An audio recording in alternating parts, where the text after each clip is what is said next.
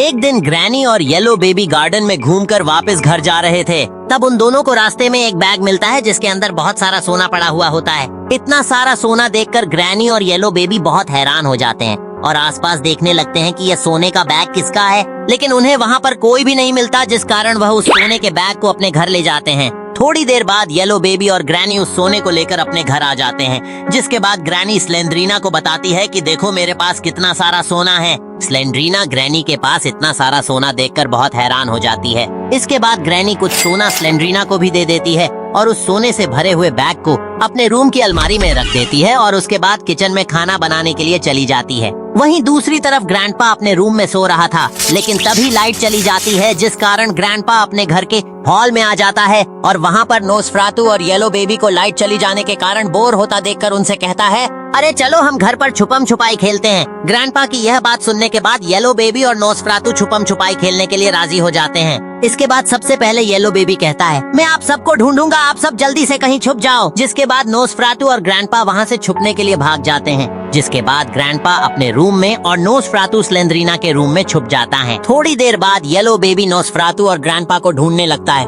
जिस कारण yellow baby सबसे पहले ग्रैंडपा के रूम में जाता है। वहाँ पर जाते ही येलो बेबी को ग्रैंडपा मिल जाता है, लेकिन क्या आप अपनी तेज आंखों से पता लगा सकते हैं कि ग्रैंडपा कहाँ है? आपका समय शुरू होता है अब।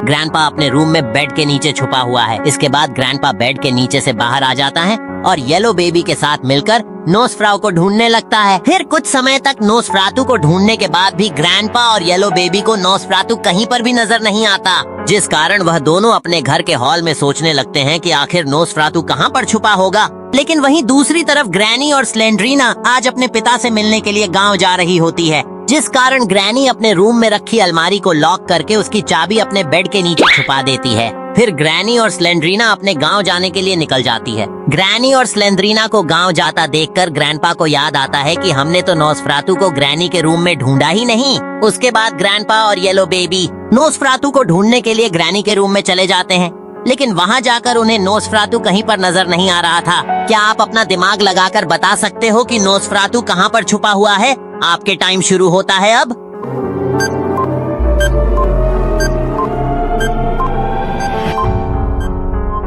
नोस्फेरातु ग्रैनी के रूम में रखी अलमारी में छुपा हुआ है, क्योंकि अगर आप ध्यान से देखो तो वह अलमारी थोड़ी थोड़ी हिल रही है। इसके बदले नोस्फेरातु उसके अंदर छुपा हुआ है। इसके बाद येलो बेबी उस अलमारी को खोलने लगता है, लेकिन फिर येलो बेबी को पता चलता है कि किसी ने नोस्फेरातु को अलमारी में बंद करके उसे लॉक कर दिया है।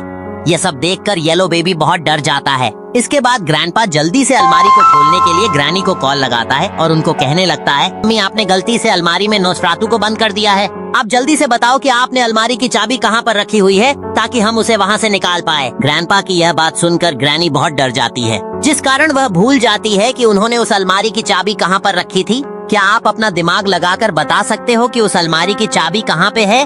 अपना जवाब जल्दी से हमें कमेंट करें।